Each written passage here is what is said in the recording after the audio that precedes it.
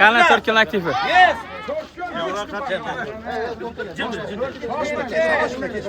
Shoshmaylar. Bizga gapinglar bo'lsin. Abdurahmonov, men senga aytdim, Qoraqalpog'istonga kelmayli dedim, to'g'rimi?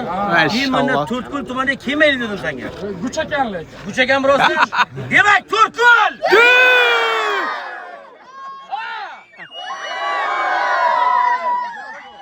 Rahmat. Shu videoga keldim, to'g'ri. Ey mash. Gap bo'sh ekan. Profilaktik suhbat olib borsak, Haqiqiy sizlar bilan ota-onalar chiqqan yosh kattalar chiqqan hazilli yoshlar zo'r. hammaga Ey, rahmat. qani kim o'sha haydayapti yosh bola? Menga aytinglar shuni kim haydayapti? Qani qaysi biri? Qani? Ko'rdim uni boshidan. Sizlarga hozir Abdurahmonov chiroyli gaplarni olib kelgan. Toshkentdan sizlarga salom olib keldik biz. Albatta, albatta.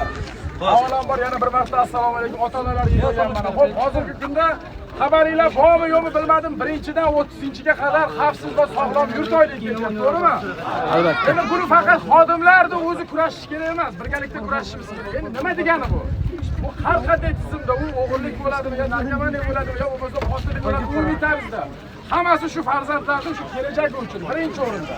Biz e'tiborli bo'lishimiz kerak. Bular yoshlarimiz, ya'ni farzandlarimiz bekorchi bo'lmayaptimi? Bo'sh vaqtida kim bilan gaplashyapti? Ota-onalar asosan ochiq o'ylaydi.